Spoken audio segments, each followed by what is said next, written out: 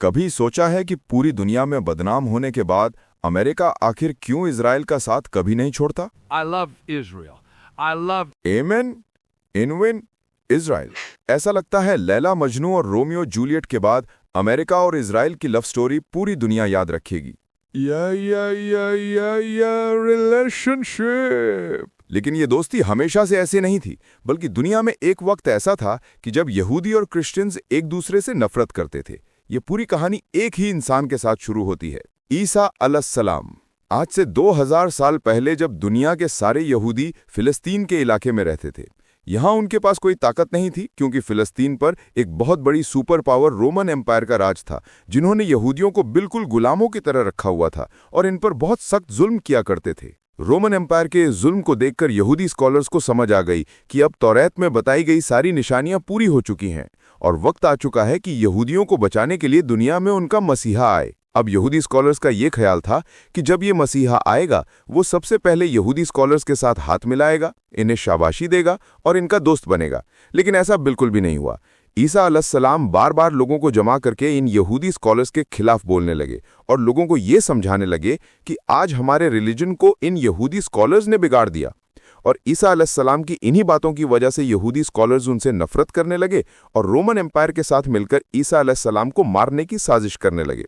यहूदी स्कॉलर्स ने Roman empire पर बहुत प्रेशर डाला कि वो किसी तरह ईसा अलैहिस्सलाम को मौत की सजा सुना दें, जिस पर रोमन एम्पायर के गवर्नर ने उनसे कहा कि ठीक है, हम इस शख्स को मौत की सजा तो सुना देंगे, लेकिन याद रखना, ईसा का खून हम रोमन्स पर नहीं, तुम यहूदियों पर होगा। ये सुनकर यहूदियों ने उन्हें कहा कि आप टेंशन ना लें, ईसा का खून हम पर और हमारी नस्लों पर होगा। अब ईसा अलैहिस्सलाम तो यहूदियों की साजिश से बच गए, लेकिन ईसा अलैहिस्सलाम के जाने के बाद यहूदी कभी भी फिलिस्तीन में चैन से नहीं रह सके, क्योंकि ईसा अलैहिस्सलाम के जाने के कुछ ही अरसे बाद रोमन एम्पायर और यहूदियों के दरमियान एक बहुत बड़ी जंग, जिसमें रोमन एम्पायर ने यहूदियों को बिल्कुल कुचल दिया और हजारों यहूदियों को मार खाया। यरूशलेम में यहूदियों की सबसे होली जगह द सेकंड टेम्पल को गिरा दिया और सारी यहूदियों को हमेशा के लिए फिलिस्तीन से भगा दिया, जिसके बाद मजबूरन यहूदी फिलिस्तीन को छोड़कर पूरी दुनिया में फैल गए। और अगले 500 साल तक दुनिया के हर यहूदी की ये ख्वाहिश थी कि किसी तरह दुनिया में कोई मिरेकल हो और यहूदी वापस फिलिस्तीन की तरफ जा सकें। और एग्जैक्टली ऐसा ही हुआ। यहूदियों के फिलिस्तीन से निकलने के 500 साल बाद दुनिया में एक नई रियासत बनी, मदीना की रियासत। अल्लाहु अकबर। मुसलमानों की ये खिलाफत कुछ ही सालों में इतनी तेजी से फैली कि खलीफा उमर बिन खत्ताब के दौर में मुसलमानों ने रोमन एम्पायर की कमर बिल्कुल तोड़ दी और उनसे फिलिस्तीन और जेरूशलम फतेह कर लिया। जेरूशलम सरेंडर करने से पहले रोमन एम्पायर के क्रिश्चियंस ने हजरत उमर के सामने एक ही शर्त रखी थी कि आप किसी भी हाल में यहूदियों को यहां आने की इजाजत ना दें। लेकिन हजरत उमर ने उनकी बात नहीं मानी। हुकूमत है, सब्सक्राइब मानी, हुकूमत है, सब्सक्राइब मानी, और यहूदियों को भी जेरूशलम आने की इजाजत दी, जिसे हम पूरा एक्सप्लेन कर चुके हैं। हजरत उमर के इस ऑर्डर के बाद अगले 400 साल तक दुनिया के यहूदी और मुसलमान एक दूसरे के बहुत ही अच्छे दोस्त थे और क्रिश्चियंस इनके दुश्मन थे। लेकिन 400 साल तक फलस्तीन पर हुकूमत करने के बाद फिलिस्तीन को मुसलमानों के हाथों से छीन लिया गया। हुआ ये कि यूरोप में एक नया पोप आया, पोप अर्बन। ये एक बहुत ही खतरनाक पोप था, जिसने आते ही यूरोप की अवाम और बादशाहों को मुसलमानों के खिलाफ जंग लड़ने का हुक्म दिया, ताकि क्रिश्चियंस मुसलमानों से अपनी होली सिटी जेरूशलम दोबारा छीन सकें। जिसके बाद क्रिश्चियंस ने मिलकर मुसलमानों पर हमला कर दिया। लेकिन यहाँ मसला ये था कि उस वक्त के मुसलमान बादशाह अपनी अय्याशियों में और आपस की जंगों में इतना मशरूफ थे कि वो क्रिश्चियंस की इस फौज से नहीं लड़ सके। इसीलिए क्रिश्चियंस ने बहुत ही आसानी से पूरे फिलिस्तीन पर कब्जा कर लिया और बहुत ही बेदर्दी से मुसलमानों को मारने लगा। कहा जाता है कि एक वक्त ऐसा था कि मस्जिद अक्सा में पांव रखने की जगह भी नहीं थी, क्योंकि वो मुसलमानों की लाशों से भरी हुई थी। अब क्रिश्चियंस की जंग तो मुसलमानों के साथ थी, लेकिन वो मुसलमानों से ज्यादा नफरत यहूदियों से करते थे, क्योंकि इन्हीं यहूदियों ने बहुत साल पहले क्रिश्चियंस के खुदा जीसस क्राइस्ट को मारने की साजिश की थी। तो क्रिश्चियंस मुसलमानों को मारने के साथ साथ यहूदियों का भी पीछा करने लगे, जिसे देखकर यहूदियों के बच्चे और औरतें इन क्रिश्चियन से भागकर अपने टेम्पल्स और सिनेगॉग्स में छुप गए। और जैसे ही क्रूसेडर्स को इसका पता चला, उन्होंने यहूदियों की इन सारी बिल्डिंग्स को आग लगा दी और हजारों यहूदियों को जिंदा जला दिया, जिसके बाद अगले 90 ईयर्स तक मुसलमान फिलिस्तीन को दोबारा फतह नहीं कर सके। आखिर दुनिया में मुसलमानों का एक नया लीडर आया, सलाहुद्दीन अय्यूबी, वालेकुम अस्सलाम, जिन्होंने दुनिया के मुसलमानों को दोबारा यूनाइट करके फिलिस्तीन पर एक बार फिर हमला किया। और इस हमले में दुनिया के सारे यहूदियों ने मिलकर सलाहुद्दीन अय्यूबी को सपोर्ट किया। यहां तक कि दुनिया के सबसे बड़े यहूदी स्कॉलर मैमोनरीज ग्रेटर सलाहुद्दीन अय्यूबी के साथ इस जंग में शामिल थे और उनके पर्सनल डॉक्टर थे, जिसके बाद सलाहुद्दीन ने ऑफ कोर्स फिलिस्तीन को दोबारा फतह किया और इस तरह एक बार फिर मुसलमान और यहूदी अमन और सुकून के साथ रहने लगे। और सिर्फ फिलिस्तीन में ही नहीं बल्कि दुनिया में जहां भी मुसलमानों की हुकूमत थी, यहूदी वहां बहुत ही इज्जत की जिंदगी गुजारते थे और हमेशा क्रिश्चियन से दूर रहने की कोशिश करते थे। दुनिया के सबसे ताकतवर यहूदी फिलिस्तीन में नहीं बल्कि मुसलमानों की एक दूसरी हुकूमत अंदलुस स्पेन में थे। स्पेन एक जमाने में मुसलमानों का सबसे रिच और ताकतवर इलाका था, जहां मुसलमानों की 800 साल से हुकूमत थी और मुसलमानों से स्पेन छीनना इम्पॉसिबल था। लेकिन 800 साल के बाद एक बार फिर यूरोप के क्रिश्चियन लीडर्स ने मिलकर मुसलमानों के स्पेन पर हमला कर दिया और आखिर मुसलमानों से पूरा स्पेन छीन लिया। अंदलुस स्पेन को फतह करने के बाद क्रिश्चियन लीडर्स ने मुसलमानों और यहूदियों को दो ऑप्शंस दिए, या तो अपने रिलीजन्स को छोड़कर क्रिश्चियन बनो और या स्पेन को छोड़कर हमेशा के लिए यहां से निकलो। तो ऑफ कोर्स अपना रिलीजन तो मुसलमानों और यहूदियों ने नहीं छोड़ना था, तो अब ये सब कंफ्यूज थे कि स्पेन को छोड़कर कहां जाएं। ये देखकर उस वक्त के उस्मानिया सल्तनत के बादशाह सुल्तान बयाजिद ने मुसलमानों और यहूदियों को दावत दी कि वो स्पेन को छोड़कर उस्मानिया सल्तनत की तरफ आएं, जहां उस्मानिया सल्तनत के बादशाह उनका अच्छा ख्याल रखेंगे। अब यहां पर एक क्वेश्चन है कि अगर दुनिया के मुसलमान और यहूदी अभी सिर्फ 500 साल पहले तक एक दूसरे के इतने अच्छे दोस्त थे, तो फिर दरमियान में ऐसा क्या हुआ कि यहूदी और क्रिश्चियंस एक साथ मिलकर मुसलमानों के दुश्मन बन गए? ये समझना बहुत ही इंपॉर्टेंट है। इसके कुछ ही अरसे बाद जब कोलंबस ने अमेरिका डिस्कवर किया, आहिस्ता आहिस्ता यूरोप और अमेरिका की इकोनॉमी बहुत तेजी से आगे बढ़ने लगी। ये देखकर मुसलमान इलाकों में रहने वाले यहूदी भी पहली बार यूरोप की तरफ शिफ्ट होने लगे, जहां उन्होंने एक बहुत ही सीक्रेट ऑर्गेनाइजेशन इल्यूमिनाटी बनाई और फिर शैतान और जिन्नात के साथ मिलकर काला जादू करके बहुत सारा पैसा बनाया और फिर इन पैसों से पूरी दुनिया को अपने कंट्रोल में लिया। ऐसा कुछ भी नहीं हुआ, ये सब कहानियां हैं। अगर जादू से पैसे बनने होते तो दुनिया का सबसे अमीर आदमी इलॉन मस्क नहीं बल्कि कोई बाबा होता। लेकिन अगर जादू और जिन्नात से यहूदियों ने मदद नहीं ली, तो फिर कैसे यहूदियों ने पूरी दुनिया की इकोनॉमी को अपने कंट्रोल में लिया? ये बहुत ही इंटरेस्टिंग स्टोरी है। जब यहूदी मुसलमान इलाकों को छोड़कर आहिस्ता आहिस्ता यूरोप की तरफ शिफ्ट होने लगे, वहां यूरोप के क्रिश्चियंस अब भी यहूदियों से सख्त नफरत करते थे। इसीलिए इन यहूदियों को कंट्रोल में रखने के लिए यूरोप के क्रिश्चियंस ने एक कानून बनाया कि यहूदी यूरोप में रह तो सकते हैं, लेकिन यूरोप की जमीनें नहीं खरीद सकते, और साथ ये भी कहा कि यहूदी यूरोप की पॉलिटिक्स और फौज से हमेशा दूर रहेंगे। तो ऑफ कोर्स अब यहूदियों के पास यूरोप में सिर्फ एक ही काम बचा था, बिजनेस, जिसके बाद यूरोप के सारे यहूदी बड़े बड़े ट्रेडर्स और बिजनेसमैन बनने लगे। इस तरह यहूदियों के पास आहिस्ता आहिस्ता बहुत सारा पैसा जमा हो गया। लेकिन अब मसला ये था कि यहूदी इस सारे पैसे के साथ कोई भी जमीन नहीं खरीद सकते थे और क्रिश्चियंस का सारा पैसा जमीनों में बंद होने की वजह से उनके पास कोई कैश नहीं होता था। और ऑन दी अदर हैंड यहूदी यूरोप में कोई जमीन नहीं खरीद सकते थे, इसीलिए उनके पास बहुत सारा पैसा पड़ा होता था, जिसके बाद यहां से क्रिश्चियंस यहूदियों से सूद पर कर्जे लेने लगे। अब यहूदियों के रिलीजन में भी सूद पर कर्जा देना हराम है, लेकिन सिर्फ आपस में एक दूसरे को, बाकी रिलीजन के लोगों के साथ वो कुछ भी कर सकते हैं। इसीलिए यहूदी भर भर कर यूरोप के क्रिश्चियंस को सूद पर कर्ज देने लगे। यहां तक कि एक वक्त ऐसा आया कि यूरोप के बड़े बड़े बादशाह भी यहूदियों से कर्जे लेने लगे। उस जमाने में यहूदियों से सूद पर कर्ज लेना इतना आम हो चुका था कि एक फेमस राइटर विलियम शेक्सपियर ने अपनी नॉवेल्स में यहूदियों से सूद पर कर्ज लेने का जिक्र किया है। आखिर यहूदियों ने इस सूद के निजाम से इतना पैसा बनाया कि वो यूरोप के हर शहर में छोटे छोटे बैंक्स बनाने लगे। लेकिन अब जब यूरोप में यहूदी अपनी ताकत की पीक पर थे, यहां पर एक बहुत बड़ा मसला हुआ। जब भी यूरोप का कोई बादशाह यहूदियों को उनका कर्ज वापस नहीं कर सकता था, तो वो अपने इलाके के सारे यहूदियों को मारकर वहां से भगा देता था, जिससे यहूदियों का बिजनेस काफी खराब हो रहा था। तो अब यहूदी सोचने लगे कि अब उन्हें इन छोटे छोटे बैंक्स की बजाय एक सेंट्रलाइज्ड इंटरनेशनल बैंक की जरूरत है, और ऐसा ही हुआ। आखिर जर्मनी के एक ताकतवर यहूदी ने दुनिया का पहला इंटरनेशनल बैंक बनाया, और इस यहूदी का नाम था मायर रॉथस्चाइल्ड। रॉथस्चाइल्ड का बैंक कुछ ही सालों में इतना ताकतवर बना कि उसने अपने 5 बेटों को यूरोप के हर शहर की तरफ भेजा और उन सबको हुक्म दिया कि यूरोप के हर कैपिटल सिटी में जाकर वहां का सबसे बड़ा बैंक बनाओ। ये दुनिया का पहला इंटरनेशनल बैंक था, और इसका फायदा ये था कि यूरोप की हर बड़ी सिटी में होने की वजह से यूरोप का कोई भी बादशाह इनका बिजनेस खत्म नहीं कर सकता था, क्योंकि जब भी कोई एक भाई कमजोर होता था, उसके बाकी सारे भाई मिलकर उसे बचा लेते थे। इस रॉथस्चाइल्ड फैमिली के पास इतना पैसा था कि उस वक्त की स्पेनिश एम्पायर, फ्रेंच एम्पायर और ब्रिटिश एम्पायर सब इन्हीं के पैसों से चलती थी। लेकिन रॉथस्चाइल्ड फैमिली को अपनी असल ताकत तब मिली जब यूरोप में एक बहुत बड़ी जंग शुरू की। इस जंग को फ्रांस का एक बहुत बड़ा बादशाह नेपोलियन लीड कर रहा था। नेपोलियन की ताकत पूरे यूरोप में बहुत तेजी से फैल रही थी, लेकिन नेपोलियन को सबसे बड़ा नुकसान तब पहुंचा जब रॉथस्चाइल्ड के पांचों भाइयों ने नेपोलियन को नहीं बल्कि ब्रिटिश एम्पायर को सपोर्ट किया, जिसके बाद ब्रिटिश एम्पायर ने रॉथस्चाइल्ड के पैसों से नेपोलियन को हरा दिया। इस जंग में रॉथस्चाइल्ड के पास इतनी ताकत थी कि कहा जाता है यूरोप में कुछ भी हो उसकी सबसे पहले खबर रॉथस्चाइल्ड फैमिली तक पहुंचती थी और फिर वो इस खबर को ब्रिटिश एम्पायर के बादशाह तक पहुंचाते थे, और इस तरह रॉथस्चाइल्ड की मदद से ब्रिटिश एम्पायर दुनिया की सबसे बड़ी सुपर पावर बनी।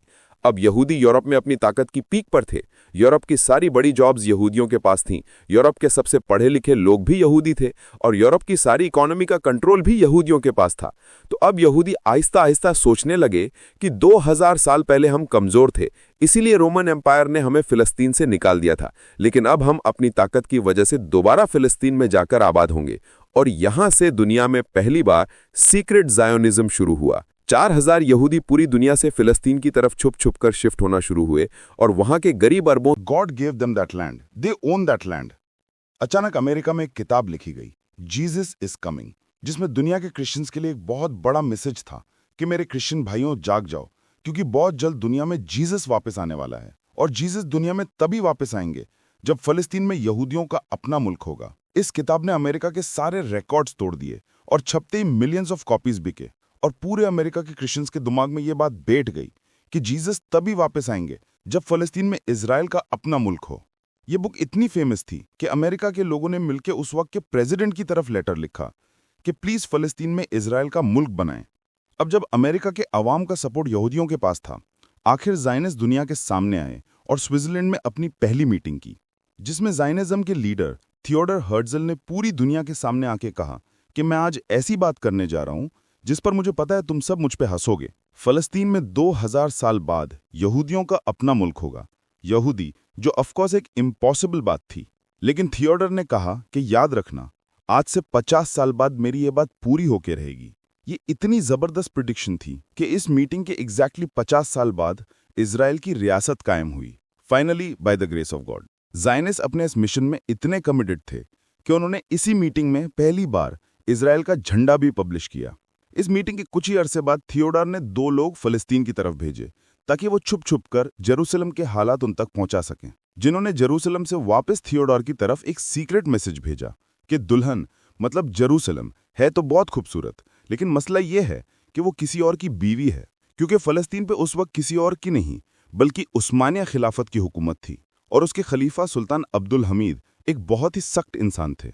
इसीलिए थियोडर हर्ट्ज़ल सीधा उस्मानिया खलीफा से मिलने पहुंचे और उनको एक ऑफर दी कि हम ज़ायनिस्ट उस्मानिया सल्तनत का बहुत बड़ा कर्जा उतार देंगे अगर सुल्तान अब्दुल हमीद फलस्तीन का इलाका यहूदियों को दे दें। लेकिन सुल्तान अब्दुल हमीद ने थियोडोर को जवाब दिया कि अगर तुम लोग मेरे जिस्म के टुकड़े टुकड़े भी करो ना, तब भी मैं फलस्तीन तुम लोगों के हवाले कभी नहीं करूंगा।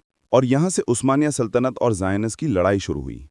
अब ज़ायनिस्ट सीधा जाके अपने पुराने दोस्त ब्रिटिश एम्पायर से अपने मुल्क की भीख मांगने लगे। अब फलस्तीन में यहूदी मुल्क बनना तो इम्पॉसिबल था, इसीलिए ब्रिटिश एम्पायर ने ज़ायनिस्ट को 2 ऑफर्स दी कि तुम लोग फलस्तीन को छोड़कर युगांडा और अर्जेंटीना में से कोई भी इलाका चूज करो और वहां अपना मुल्क बनाओ। लेकिन यहूदियों ने ब्रिटिश एम्पायर से क्लियरली कहा कि जिस तरह जर्मनी में जर्मन्स, फ्रांस में फ्रेंच और इंग्लैंड में इंग्लिश लोग रहते हैं, उसी तरह यहूदी भी दुनिया में एक ही जगह फलस्तीन में ही रहेंगे। दुनिया के सारे ज़ायनिस्ट मिलकर कोशिश करने लगे कि किसी तरह अब उस्मानिया सल्तनत को गिरा दिया जाए, और ऐसा ही हुआ। कुछ ही अरसे बाद दुनिया की सबसे बड़ी जंग शुरू हुई, वर्ल्ड वॉर 1।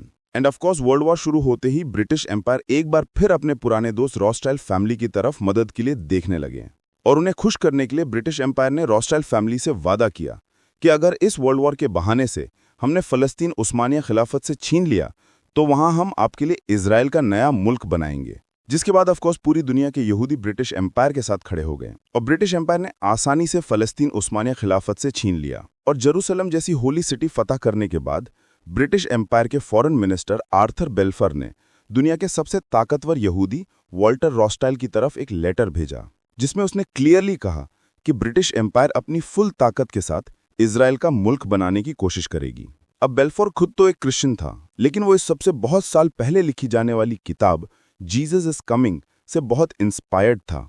लेकिन अब मसला ये था कि जब ब्रिटिश एम्पायर ने 1917 में इजराइल की रियासत बनाने का ऐलान किया, उस वक्त फलस्तीन में सिर्फ 10% यहूदी थे और बाकी 90% मुसलमान थे, जिससे रॉथस्चाइल्ड और बाकी ज़ायनिस्ट को समझ आ गई कि अगर हम इजराइल की रियासत बनाना चाहते हैं तो हमें फ़लस्तीन में अपनी आबादी बढ़ानी होगी। इसलिए वर्ल्ड वॉर 1 के बाद पूरी दुनिया से यहूदी फ़लस्तीन की तरफ तेजी से शिफ्ट होने लगे। नाउ जिस तरह बहुत साल पहले ब्रिटिश एम्पायर ने रॉथस्चाइल्ड फैमिली की मदद से नेपोलियन को हराया था, अब उसी रॉथस्चाइल्ड ने वर्ल्ड वॉर 1 में उस्मानिया खिलाफत और जर्मनी को बिल्कुल तोड़ दिया था। जिसके बाद ब्रिटिश एम्पायर तो वर्ल्ड वॉर जीतने का जश्न मना रहे थे, लेकिन जर्मन अवाम को समझ आ गई थी कि इस जंग में किसने और कैसे उनके साथ बगावत की।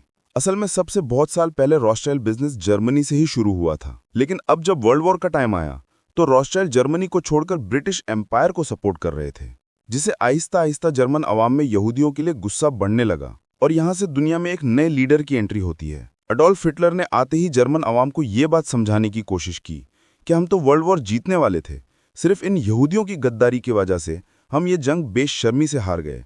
हिटलर जब भी स्पीच करता था उसकी बातें और स्टाइल ऐसा होता था कि जर्मनी का बच्चा बच्चा उसकी हर बात पर यकीन करता था। जिसके बाद हिटलर में जर्मनी में यहूदियों के सारे बिजनेसेस बंद कर दिए और इवन जर्मनी में रॉथस्चाइल्ड का सबसे पहला बैंक, 200 साल पुराना बैंक, बंद कर दिया। हिटलर की फौज आहिस्ता आहिस्ता पूरे यूरोप को फतह करने लगी और यूरोप की हर सिटी में जाकर वहां के यहूदियों को मारने लगी। ये देखकर यूरोप के सारे यहूदी हिटलर से अपनी जान बचाकर भागने लगे और इस अपॉर्चुनिटी को यूज करके रॉथस्चाइल्ड के बाकी भाइयों ने इन सारे यहूदियों को फ़लस्तीन की तरफ भेजना शुरू किया और फ़लस्तीन में एक बार फिर यहूदियों की पॉपुलेशन तेजी से बढ़ने लगी। जब वर्ल्ड वॉर 1 खत्म हुई, फ़लस्तीन में सिर्फ 10% यहूदी थे, लेकिन वर्ल्ड वॉर 2 खत्म होने के बाद 30% से भी ज्यादा यहूदी थे।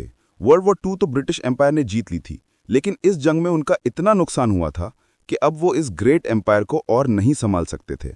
इसीलिए इंडिया, पाकिस्तान, श्रीलंका जैसी कंट्रीज ब्रिटिश एम्पायर से आज़ाद होने लगी। ये देखकर फ़लस्तीन के ज़ायनिस्ट भी ब्रिटिश एम्पायर को कहने लगे कि अब अपना वादा पूरा करो और यहाँ पर एक यहूदी रियासत बनाओ। लेकिन मसला ये था कि अभी भी फ़लस्तीन में सिर्फ 30% यहूदी थे और बाकी सारे मुसलमान थे, जिसकी वजह से ब्रिटिश एम्पायर इतनी जल्दी इजराइल की रियासत बनाने के लिए तैयार नहीं थी। ये देखकर फ़लस्तीन के यहूदी और ज़ायनिस्ट अपने पुराने दोस्त ब्रिटिश एम्पायर के खिलाफ होने लगे और पहली बार ज़ायनिस्ट ब्रिटिश एम्पायर पर ही हमले करने लगे। अब एक ऐसी सिचुएशन थी कि मुसलमान और यहूदी सब ब्रिटिश एम्पायर के खिलाफ लड़ रहे थे। इसीलिए ब्रिटिश एम्पायर ने आखिर तंग आकर फ़लस्तीन का मसला यूनाइटेड नेशंस के सामने पेश किया और कहा अब आप ही फैसला करें कि फ़लस्तीन के साथ क्या होना चाहिए। जिसके बाद यूनाइटेड नेशंस ने आज तक अपनी हिस्ट्री का सबसे स्टूपिड फैसला किया, डिसीजन। यूनाइटेड नेशंस ने फैसला किया कि फ़लस्तीन को 3 हिस्सों में डिवाइड कर दिया जाएगा। फ़लस्तीन का सबसे बड़ा हिस्सा सिर्फ 33% आबादी वाले यहूदियों को दिया जाएगा और फ़लस्तीन के 66% मुसलमानों को फ़लस्तीन का छोटा सा हिस्सा दिया जाएगा और जेरूसलम को एक इंटरनेशनल सिटी बना दिया जाएगा। ये ऐसा ही है कि एक केक को 10 लोगों में डिवाइड कर दिया जाए, आधा केक 3 लोगों को और आधा केक बाकी 7 लोगों को दिया जाए, जो एक बहुत ही अनफेयर फैसला था। जब यूएन ने अपना ये फैसला ज़ायनिस्ट और फ़लस्तीन में मुसलमान कमेटी के सामने रखा तो ऑफकोर्स यहूदी तो इस फैसले पर बहुत बड़ा जश्न मना रहे थे, लेकिन फ़लस्तीन की मुसलमान कमेटी ने यूएन के इस फैसले को बिल्कुल रिजेक्ट कर दिया। इस मुसलमान कमेटी के हेड का नाम अमीन अल हुसैनी था, जो पूरे फ़लस्तीन का ग्रैंड मुफ्ती था। ब्रिटिश एम्पायर और ज़ायनिस्ट इस बंदे से पहले से ही नफरत करते थे, क्योंकि वर्ल्ड वॉर 2 में इस ग्रैंड मुफ्ती ने ब्रिटिश एम्पायर के खिलाफ जाकर जर्मनी के हिटलर को सपोर्ट किया था, बल्कि हिटलर के साथ पर्सनल मीटिंग्स भी की थी और इवन हिटलर के लिए एक मुसलमान आर्मी भी बनाना चाहता था। जैसे ही मुसलमानों ने यूएन के प्लान को रिजेक्ट किया, अचानक इजराइल के रॉथस्चाइल्ड स्ट्रीट पर ज़ायनिस्ट का लीडर दुनिया के सामने आया और कहा, मुसलमानों की इस ढिठाई की वजह से आज हम ये ऐलान करते हैं कि अब आधा फ़लस्तीन नहीं, पूरा फ़लस्तीन हमारा होगा। और इसी के साथ डेविड बन गुरियन ने इजराइल की आज़ादी का ऐलान कर दिया। ये ऐलान उसने अपने ज़ायनिस्ट लीडर थियोडोर हर्जल की बहुत बड़ी तस्वीर के नीचे किया था, जिसने इस दिन से एग्जैक्ट 50 साल पहले कहा था कि आज से 50 साल बाद दुनिया में इजराइल की रियासत बनेगी, और एग्जैक्टली ऐसा ही हुआ। इजराइल की आज़ादी के सिर्फ 11 मिनट बाद सुपर पावर अमेरिका ने इजराइल के मुल्क को एक्सेप्ट कर लिया, जिसके बाद सोवियत यूनियन और बाकियों ने भी ऐसा ही किया, जिनमें सिर्फ एक इस्लामिक कंट्री थी जिसने इजराइल को एक्सेप्ट किया, रज़ा शाह का ईरान। अब जब इजराइल के सारे यहूदी आज़ादी का जश्न मना रहे थे, उसके सिर्फ एक दिन बाद इजराइल के 5 अरब कंट्रीज ने इजराइल पर हमला कर दिया, लेकिन इसका कोई फायदा नहीं हुआ। इजराइल ने अमेरिका और ब्रिटिश की मदद से इन बड़े बड़े अरब कंट्रीज को क्रश कर दिया, बल्कि इस जंग से इजराइल का साइज और भी बढ़ गया और जो हिस्सा यूएन ने मुसलमानों को देने का वादा किया था, वो भी मुसलमानों के हाथ से निकल गया। अब इजराइल के लिए फ़लस्तीन में सिर्फ एक ही मसला था कि अभी भी फ़लस्तीन में मुसलमानों की आबादी यहूदियों से डबल थी। इसीलिए इजराइल के बनते ही उन्होंने अपना सबसे पहला काम ये किया कि उन फलस्तीनियों को जो यहाँ पर 1000 साल से आबाद थे, हमेशा के लिए फलस्तीन से निकालने लगा। इजराइल ने फलस्तीनियों की बड़ी बड़ी सिटीज और 500 विलेजेस को तबाह कर दिया, और जो मुसलमान इजराइल के इस जुल्म के बाद भी फलस्तीन नहीं छोड़ जा रहे थे। कहा जाता है इजराइल ने उनके पानी के कुओं और पाइपों में जहर मिलाकर उन सबको मार डाला, और इस तरह एक ही साल में 8 लाख मुसलमान फलस्तीन को छोड़कर हमेशा के लिए चले गए। और इन फलस्तीनियों के खाली घरों को भरने के लिए पूरी दुनिया से 7 लाख यहूदी इजराइल की तरफ आए, जिससे फलस्तीन में यहूदियों की आबादी 60 और 70% तक चली गई।